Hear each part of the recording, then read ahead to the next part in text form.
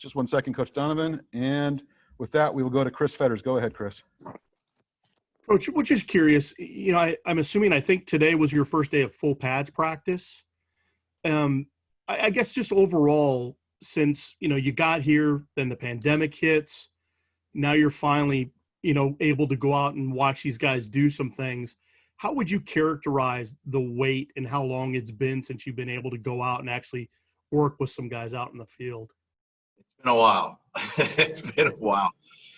We didn't have anything in the spring, so to get to this point, it's taken a long time. You're able to, you can talk all you want, but, people learn by doing. So until you go out and start doing it, that's when it really starts to hit home. And guys, you see how guys operate, how they, function when they got to think fast and all that. So, we're in day 4 camp, whatever it is right now. So we're at the very early stages. So, it has been a while, and I think they're doing it for the most part. I think they're doing pretty well. We have a long way to go, but we're just getting going too. All right. Thank you for that. We'll go with Anthony Edwards next, followed by Christian Capel. Go ahead, Anthony. Hey, Coach, can you just characterize a little bit what you've been seeing from the guys on the field over the first few days? What's their attitude like? It's different because you got so many guys out there, and you're trying to learn numbers now. You got the names now, now you got numbers. But I think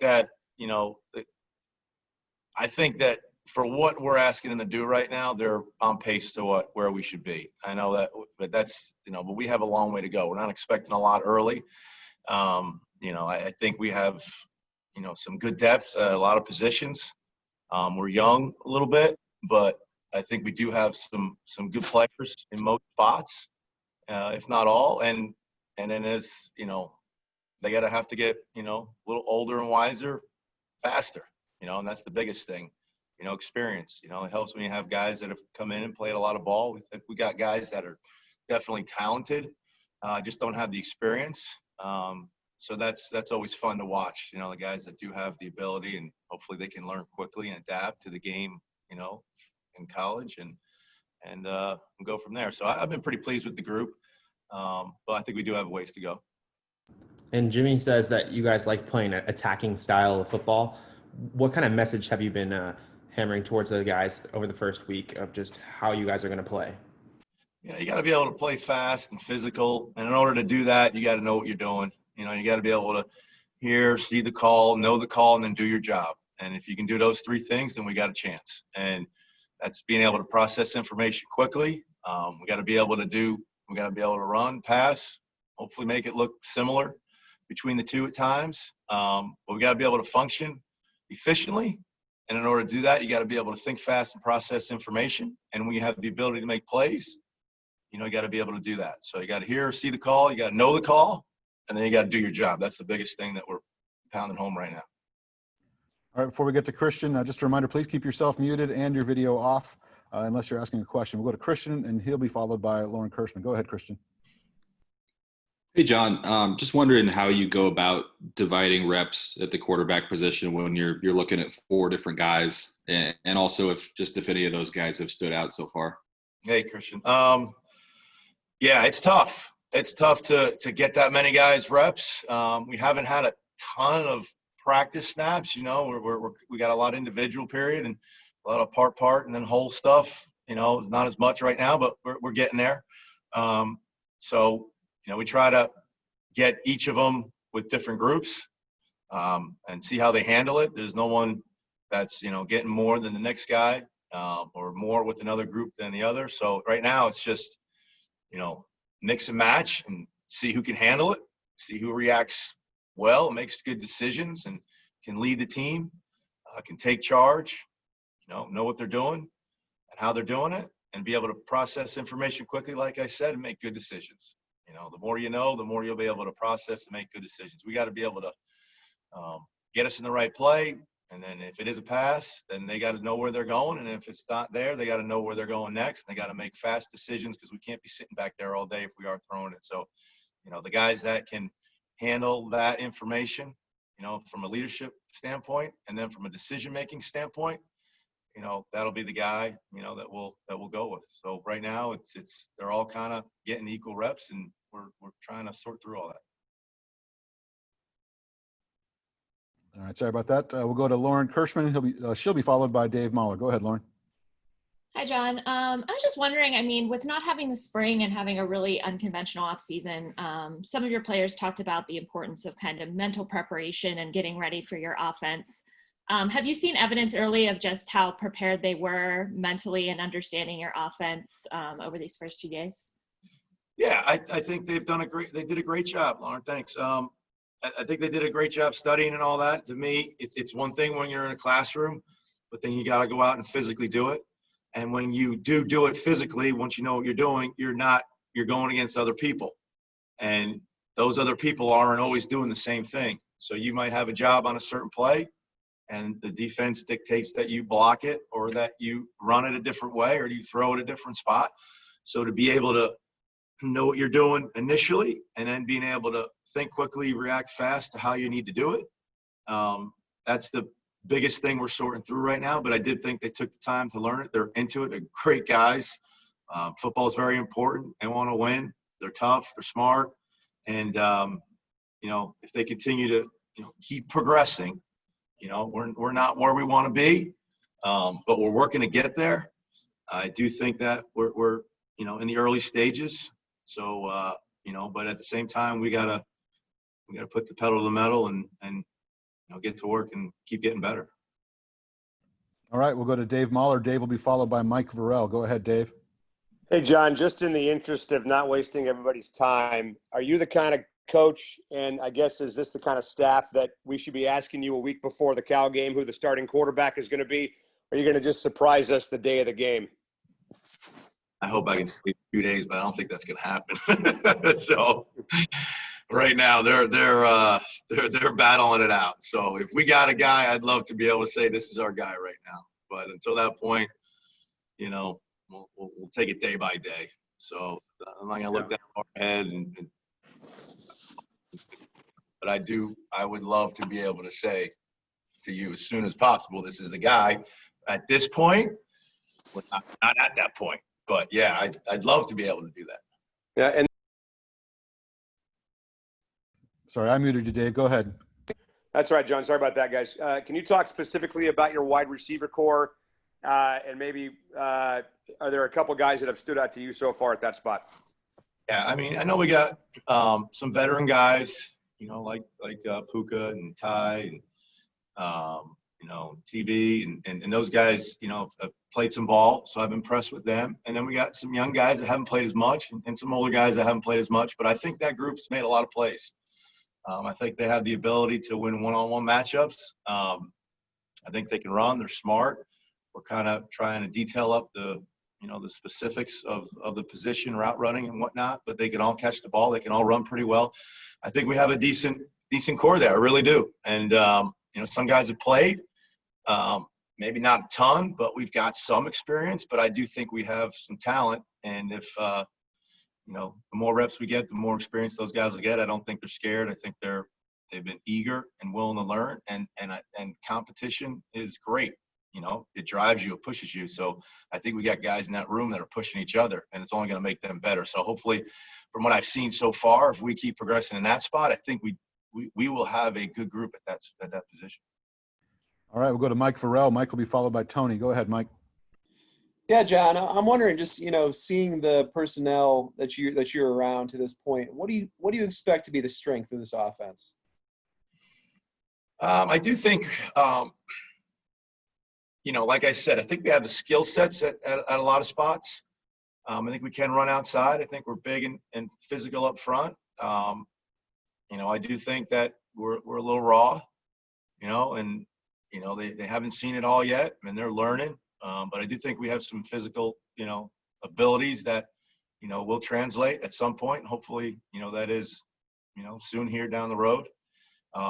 So I do think that we have guys that, are, have the physical attributes and, and the mental attributes to be good players. I don't know if we don't have a ton of experience in a lot of spots. And that would be the one thing that, you know, when everything starts flying and going fast, practice is one thing, but the game's another speed. You know, hopefully that they'll be able to, you know, play to the ability that they have. That's probably the one thing that, you know, I'm interested in see how it goes as we move forward. All right, we'll go to Tony Castricone. He'll be followed by Larry Stone. Go ahead, Tony. Yeah, Coach, you were talking about the youth, particularly on the offensive line. It might be the youngest O-line we bring into a season in probably 4 or 5 years. Wonder, other than Luke and Jackson, guys that have been around a while, who else is standing out to you up front? And how important is this time for them to get some experience ahead of game one? You know, I think, like I said, and I'm probably a broken record, I think we have a bunch of guys that are showing signs of being, you know, of having the chance to be great players.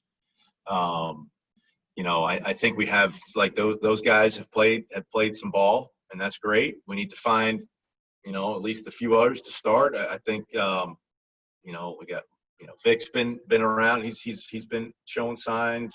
Biney's been showing signs. You know, but we also got some young guys that are big and physical that can run.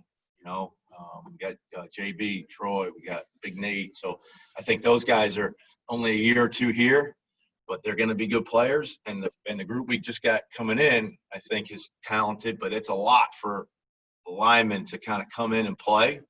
But I do think they've shown signs. So I do think that, like I said, we got some guys that can play. We just got to be able to find hopefully 5 more guys. Corey's another guy that have played. And, you know, they've all shown signs, but they've all shown signs of where they need to improve too. So they're getting a ton of reps. They got some, you know, ability, and we got to get it all out of them. All right, thank you, Coach. We'll go to Larry Stone. He'll be followed by Kim Grinolds.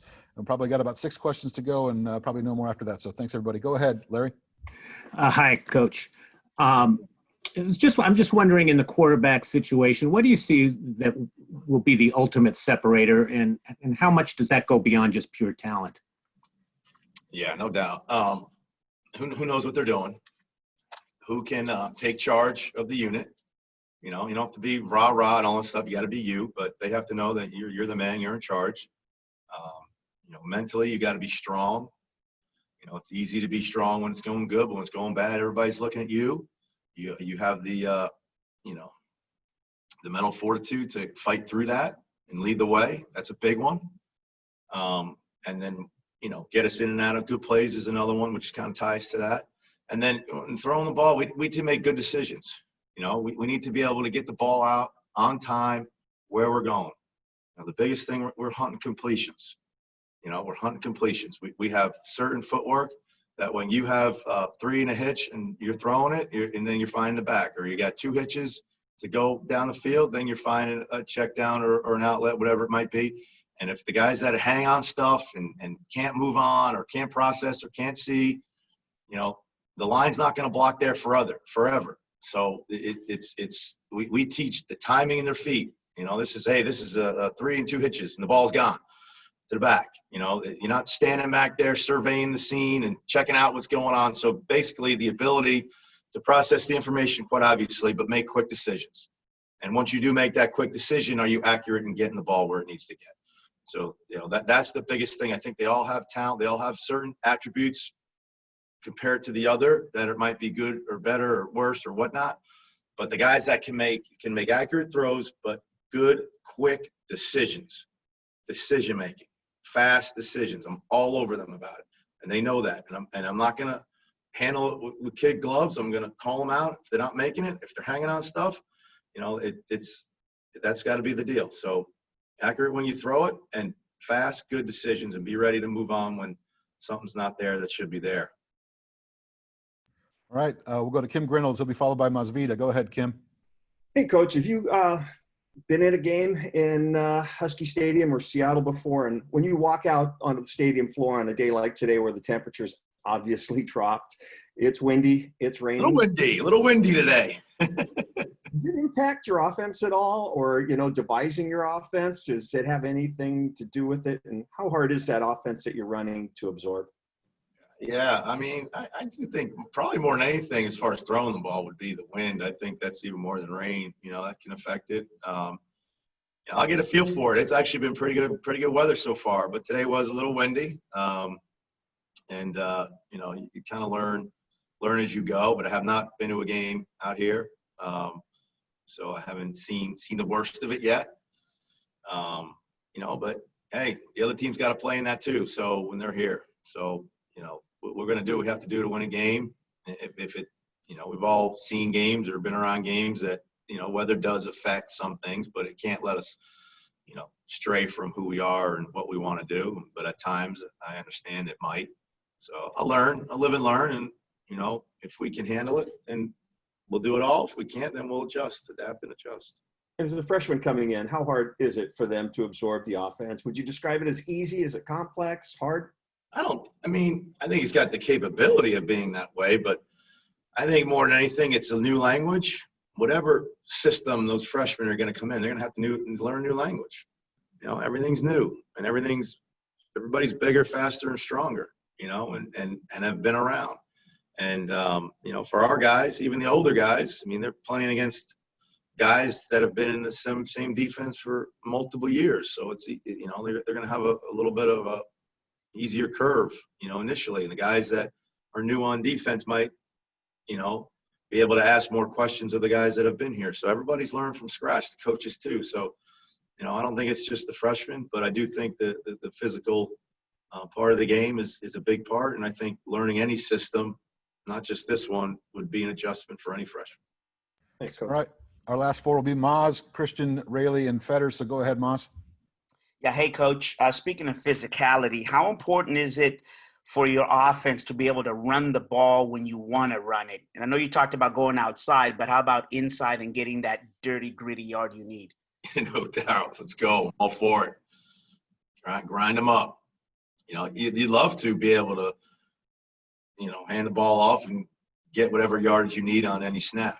You got to have the ability to do both, but it's like, you got to run it when you want to run it, and you got to run it when you have to run it. When everybody knows that you're most likely going to run it, you got to be able to do that, and that'll be a challenge. But I do think that those guys take pride in that. They all want to, those linemen, they want to pound the rock. They want to get down and dirty and be physical, and they take pride in that. So, they're working that way, and we've got to be able to do that. This is definitely a philosophy from the head guy down, that we need to be able to run the ball and throw it. We're not going to do just one. So, when we want to run it, we're going to have to run it, and everybody knows we're doing it. And that'll be a good challenge, but I think we got guys that take pride in it and want to do that. All right, we'll go to Christian. He'll be followed by Dan Raley. Go ahead, Christian.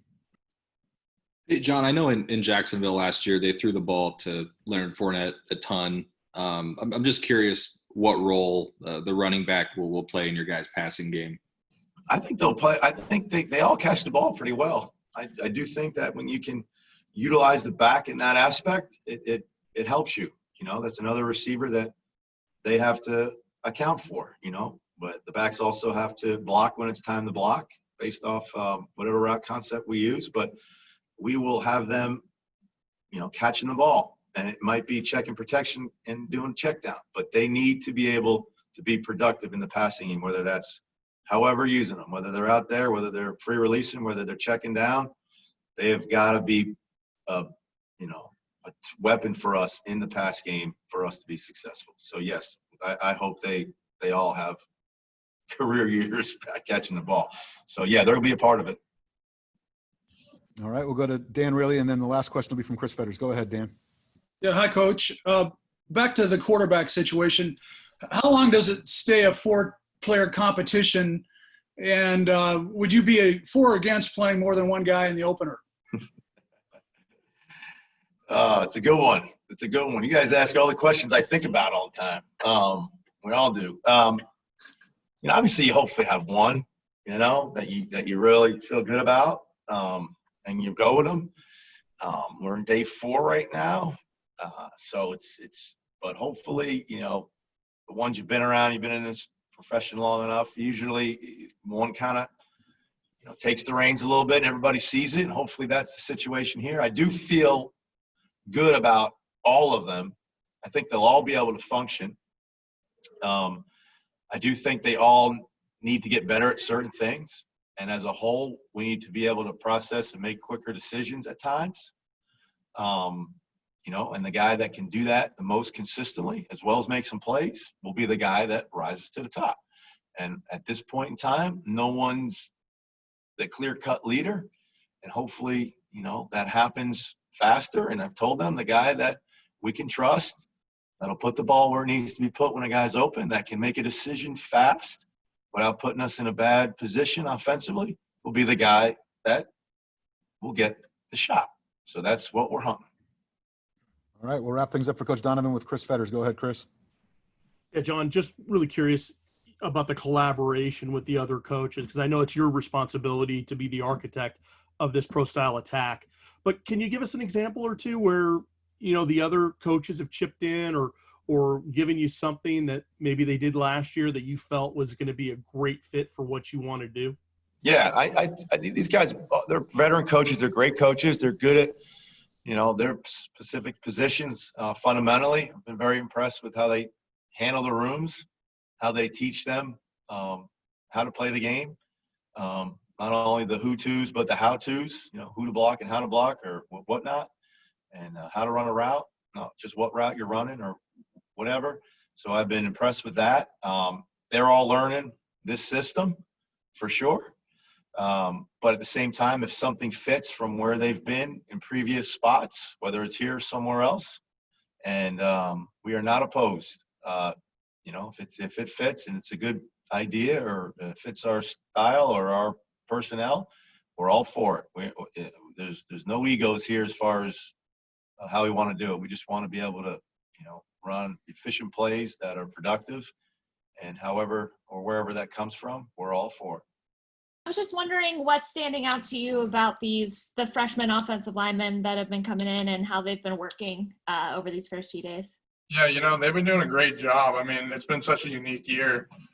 I mean, they got in and most of them came in June. So we had so many walkthroughs throughout that period getting ramped up, assuming we would start August. And then we kind of had that delay. But this whole time, we've still been able to meet and talk with them. So they've been ahead. They've been light years ahead from when I was a freshman. I'm really impressed with a lot of them, to be honest with you. I think their development is way more than, most average freshmen coming in. All right, we'll go to Mike Varel, followed by Tony, and then Chris Fetters. Go ahead, Mike. Hey, Jackson. I'm wondering, it looks like on paper, like you might have had the biggest sort of physical transformation on the team this offseason. I know it says down like 28 pounds, somewhere around there. What made you want to do that, and how did you accomplish that in the midst of a pandemic to be able to change your body that way? Yeah, looking at tape from last year and seeing my body, I figured dropping a couple pounds. I still have the size being 6'7", but I figured, best thing was to lose a couple weight, and I feel so much quicker and faster out there. Moving to left tackle too, I wanted to be a little lighter as well to be able to move laterally, because now I'm dealing with a little smaller guys that are quicker. So then when the pandemic hit, obviously we all were sent home quarantine, and it was a little blessing in disguise, because I could wake up every day and kind of do the same schedule I would here, lift in the morning, then have class after. So I kind of just took advantage of the situation and reached my goals with that. All right, we'll go to Tony Castro, followed by Chris Fetters. Go ahead, Tony. Hey, Jackson, you're one of the leaders on this team this year after playing as a freshman and sophomore, and just wondered, this is one of the more inexperienced lines going into a season in probably the last 5 years, and wondered who are the young guys have you seen step up in camp, and what's it like taking on more of a leadership role now? Yeah, it definitely is a younger group this year. I was kind of used to being looking up to people. My freshman and sophomore year, I was blessed having Trey Adams, Nick Harris, Caleb McGarry. So I kind of model my leadership in the way they did and kind of try to take young guys under my wing. We have guys stepping up. I really like Vic Kern. He's doing a great job out there right tackle. I think MJ Ale is another one who's stepping up to the plate too. And they've kind of been in the program now for 2 years. So this is nothing new to them. And I just try to take any young guy I can under my wing and help them in whichever way I can.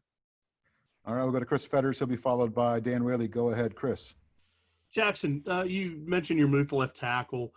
Did Coach Huff bring that to you, or did you bring that to him? And how long has this been in the making for you, and first impressions on the move?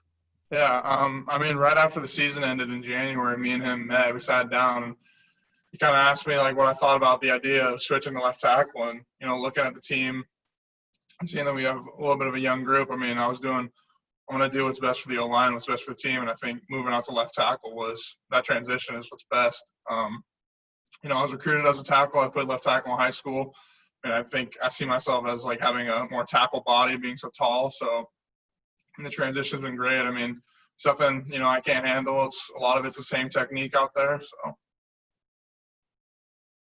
All right, we'll go to Dan Raley. He'll be followed by Nicholas from the Daily. Go ahead, Dan. Jackson, with the great quarterback competition going on, do you play with all four of those guys? Do they all rotate in with your line? And are you guys wagering on who's going to win this battle?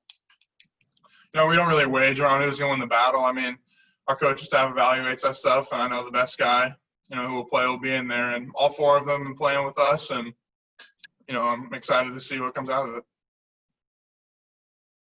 All right, we will go to Nick from the Daily. Go ahead, Nick. Yeah, I was just going to ask about what it's been like transitioning to a new offense with Coach Donovan there. If you could talk a little bit about that. I mean, it's been pretty good. I mean, a lot of stuff still similar to what we've had over the years, but, I really like what Coach Donovan brings to the table, more of an attack mode type offense, and it's really simplified this year as far as all the calls and everything go for us. So, I mean, it's been great.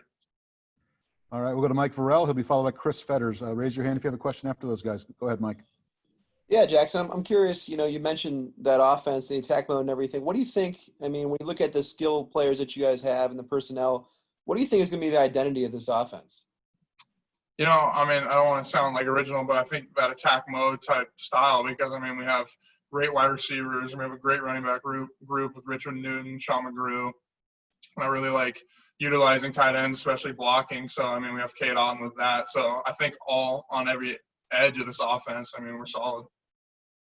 All right, we'll go with Chris Fetters with no other questions after him. So raise your hand. Last call for that if you do. But right now, go ahead, Chris. Jackson, just curious, because of the move to left tackle, who else is in that very specific position that you're working with right now in terms of the other players? Yeah, I mean, Troy Fatano, me and him work together all the time on the sidelines at practice. He goes in right after me. So, I mean, me and him, Roger Rosengard's another young left tackle that I keep an eye on. He's doing a great job. But, I mean, it's kind of us three going back and forth. All right, that'll wrap us up with Jackson Kirkland. Thank you very much for your time today, Jackson. Appreciate it. Thank you, guys. Hey, Kate, I'm just wondering if you could maybe explain or describe the Hvac position in this offense, just sort of what the duties and roles are relative to kind of a traditional tight end. Yeah, I think it's similar to what everyone in our room is asked to do. Man, we're asked to block really well and make plays in the pass game, and so we all have to be versatile no matter what position we're playing. We're going to be asked to play different positions, and I think everyone in our room is a really great playmaker and really great athlete, and so like you said, just being versatile. All right, we'll go to Chris Fetters, followed by Mike Farrell. Go ahead, Chris. Hey, real quick, were you guys in full pads today? No, we haven't gotten to full pads yet. I think it's coming soon, tomorrow, I believe. But yeah, I think guys are really excited for that, and it's been a long time coming, so we're super excited. I was just curious, when you guys do finally get a chance to hit a little bit and whatnot, you've been through a couple of these. What is that first kind of that feeling, that sensation like? Yeah, I mean, I think it takes there's a short adjustment period, but when we get full pads on, especially the first time, everyone's super excited, hooting, hollering, ready to go. And so I'm excited to see what that looks like tomorrow. All right, we'll go to Mike Varel. He'll be followed by Lauren Kirschmann. Go ahead, Mike. Hey, Cade. I'm wondering, just seeing the personnel that you guys have and the kind of offense that you're going to run, what do you think the identity of this offense is going to look like? Yeah, it's a good question. We have a lot of stuff we can do. I mean, we got a lot of playmakers at receiver position. We got really good guys in the tight end room, running back room, and and we have a really good offensive line. And so I think our identity won't be isolated to any one thing. We're going to be able to do a lot of things because we have really good players. All right, we'll go to Lauren Kirschmann, followed by Dan Raley. Raise your hand beyond those guys if you have a question. Go ahead, Lauren. Hey, Cade. I was just wondering, I mean, for what you've been able to see of the offense, you mentioned all the playmakers you have. Has anybody really stood out to you as far as big plays or improvements that they've made from last year? Yeah, I've been really impressed with a lot of our young guys.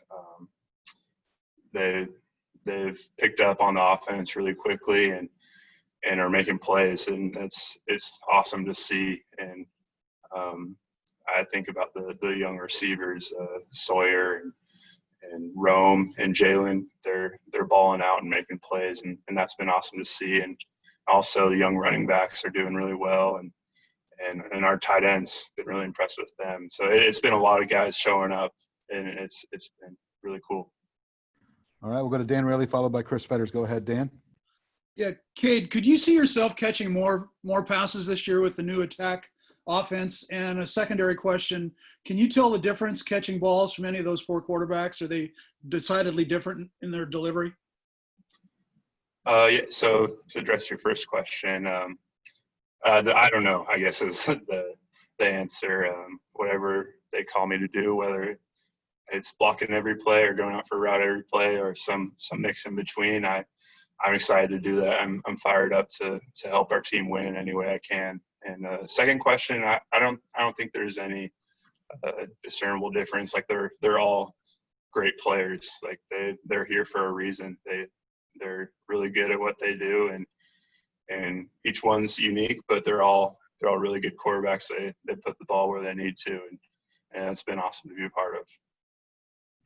All right, a reminder to please mute yourself when you're not speaking, even after you finish your question. Chris Fetters is next, followed by Nick from the Daily. Go ahead, Chris. Kate, was just curious, when did you hear from Jacob Kaiser that he was going to opt out, and how does that maybe fundamentally alter what goes on in the tight ends room and just kind of the balance and maybe you having to step up and take even more of a leadership role? Yeah, so Kaiser, he told us just a little bit before we started up things, and obviously it's sad not to have him with us, but he's awesome dude and totally respect his decision and how it makes things different. Like he is an awesome guy in our room for us, but I think just being the oldest guy in the room, definitely taking more of a leadership role, and that's been a learning experience, but also it's been exciting and awesome to help with the young guys and see some guys that are just a little younger than me come into leadership positions. And so I think everyone's risen to the challenge, and we're going to keep trying to improve. All right, we'll go to Nick from the Daily, followed by Masvita, and then Mike Farrell. Go ahead, Nick. Yeah, with Kaiser opting out and then you guys having a multitude of younger players, some true freshmen coming in alongside a Culp, of course, who do you think has kind of stepped up in your eyes these first few years? Yeah, I think it's been kind of a collective effort stepping into the reps that are available. I think everyone's done a super awesome job. Like we talked about, the tight ends need to be versatile. They need to be able to block really well and catch the ball. And I think everyone in our room shown the ability to do that and stepped up a lot. All right, we'll go to Masvita, followed by Mike Farrell. Go ahead, Mas. Sure. Hey, Cade, this is kind of off the field question, but for some of us, what's the whole testing process like, and how important is that for you, the health aspect for you guys to keep in mind as you go through this? Yeah, it takes a little adjusting. Like we do it every day, every morning before we get here. But I think it's super important. I mean, having the comfort of knowing like that we're all safe in here is awesome, and we're able to exclusively focus on football. And I think the University of Washington, our trainers and the whole entire health department have done a great job keeping us safe and letting us focus on football. All right, we'll go to Mike Farrell. That's all the hands up we have right now. So Mike, go ahead. Yeah, Kate, I'm wondering, when you look in your room, Devin Culp, you've been around him for a couple of years now. Just how have you seen him kind of grow and improve to the point where he is now? Yeah, he's grown a ton, and he's a great guy off the field, and he's a great player on the field, and he makes a lot of plays, and I think he's grown in every facet of his game since he's been here, and I've seen him make some huge plays, and I think that'll translate to games really well. And so I'm excited to have him be a part of what we're doing. All right, we'll get our last question for Cade from Chris Fetters. Go ahead, Chris. Yeah, to add on to Maz's question, Kate, I know how important it is over the years the players and coaches have talked about protecting the team, and obviously during the pandemic, that takes on maybe a different bent on it, I suppose. But when you're outside of the bubble, when you're outside of Husky Stadium or the facility and what have you guys taken like specific steps to maybe hold yourselves accountable, or for to watch out for your teammates, or to watch out for the new guys who are obviously kind of learning these things as they go? What kinds of things have you been able to do to kind of protect you guys that way? Yeah, I think player accountability is a big part of what we do here, and we all need to be able to talk to each other and let each other know like when we're protecting the team and when we aren't. And just with our schedule, I mean, we don't have time to go out a ton anyways, but like if we're going out to get food, like we're taking all the precautions necessary, and we usually are traveling and with our roommates or whoever might be on the team, and we're all keeping each other in check. So I think we have a really good system here. All right. With that, we'll be done for the day. Thank you very much for your time, Cade. Thanks, everybody, for joining in. Thank you. Thanks, Kate. Thanks, guys.